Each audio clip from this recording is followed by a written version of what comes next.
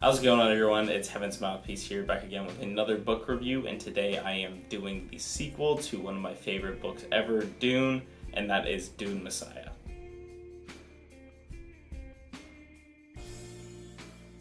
If you don't know anything about Dune Messiah or you haven't read Dune, I'd suggest going back to my other video and check that out first, but Dune Messiah takes place 15 years after the original Dune. Paul, Chani, as well as Paul's sister, all grown up here. And while Paul's sister isn't exactly grown up, she's basically an adult. Many of the previous characters from the other book, like the princess of the previous emperor, and even some new ones are introduced in this book here. One of the main plot points here is that there is a large alliance forming against Paul from the Bene Gesserit and the people who drive the ships alike, as well as Princess Irulan, who is Paul's actual wife, even though he is technically also married to Chani. This large alliance has come against Paul and is plotting to overthrow him, but it's not exactly working, and Paul is aware that these people are plotting against him. In the meanwhile of this 15 years, Paul has become incredibly successful in his overtaking the universe.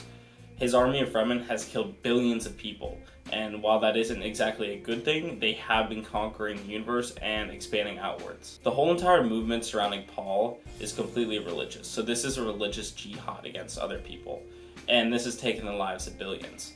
Paul exactly isn't pleased with being the new emperor status that he has. In fact, he's pretty sad about it, and many times in the book he's walking around wearing regular clothing, just trying to ignore that he's the emperor and live amongst the people once again. It's incredible to see the journey that Paul takes from the beginning of this book towards the end and how things really link up in between. The characters in this book are also amazing. They're super well written, and everything they do feels like something that a real person would do, that they're having real reactions to the lives that they're living. However, there are some things I don't like about this book. In Dune Messiah, we do lose the backdrop of Dune that I just love so much. One of the things that made Dune originally fantastic for me was how invested I was in the original setting. When reading the original Dune, I was thirsty throughout it. I felt like I was actually on the planet Dune. And while they are living in significantly better conditions with a lot more water now, it's not that I didn't want to have those same feelings because I know this is a different book.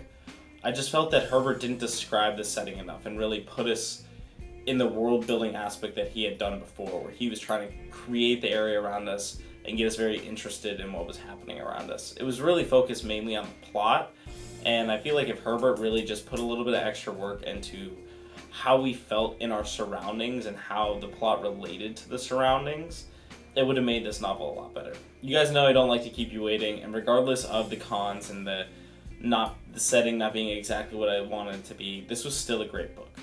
Overall, I'd give this book a 7 out of 10. I want to quickly go over some of the themes here and then tell you if I'd recommend this book to a friend. Probably the main and most important theme of this book is how power corrupts even if you have good intentions. Paul, he knew that if he was going to go on this journey that a religious jihad might happen and that thousands, well, billions of people would die in the process, and he was genuinely trying to avoid this from happening. While it is debatable whether what Paul did to create these events was the right path for him to go down, since he is the Kwisatz Haderach who knows exactly what to do at all times, or he can see the future essentially. It is pretty apparent that Paul is trying in some ways to not have this happen, and he feels a bit bad. And this is some of the consequences of having a very powerful and likable leader, that things can get out of hand very quickly, and even the most minute decisions that he makes has incredible shockwaves amongst the populace and is inspiring billions of people to do things that he might not even exactly side with. The second most important theme here, and this definitely takes a back seat, but is pretty prevalent, especially when talking to his sister and Paul's closest people, is just the dangers of having so much power. Now, Paul is the most powerful person in the universe, not even from just a power perspective of he has a strong army who listen to him, where he's subjecting them. The people like Paul, and they listen to Paul because he's a figurehead for them, religiously and in every aspect of his life. Now, there's so many people around him who want to influence the things that Paul is doing, want to kill Paul, or just want to serve their own ideas. And this is something that's really bad if you're in power. This is bad because it's really robbing Paul of the companionship that he so desires. And this is between his friends, his sister, and everyone around him. He just can't seem to have exactly normal relationships like he used to. Everything is so serious since his life is serious. The consequences of his actions and who he's friends with have serious implications for billions of people. And while this isn't the danger you necessarily think would be the worst thing, this is definitely a danger to Paul himself when it comes to having so much power. Overall, like I said, I did really enjoy this book. And when I'm talking about recommendations here, this is something that you should definitely read the first Dune before you read Dune Messiah. If you read Dune Messiah, you're just going to ruin like the whole first Dune for you. So I wouldn't recommend this book to anyone besides someone who's read Dune. But if you're considering going on with the series and you want to read more after Dune, I absolutely recommend this book, and I think it's super new. I hope you guys get out there and read this book soon. I liked it, and I think you will too.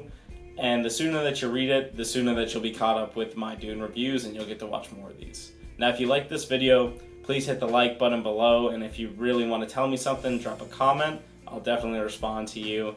And if you really love the channel, please subscribe. It really inspires me to keep making these videos. I know a lot of you have been watching them recently, and my subscriber count is up like maybe 50 or so from about a month ago. And that's huge for me. I mean, that's like almost double my channel size. I can't wait to see where this goes in the future. Now, if you want to check out more, I'll be releasing more videos next week. Hopefully, I got another one coming out for you soon. I'll catch you guys in the next one. Heaven's Mouthpiece, out.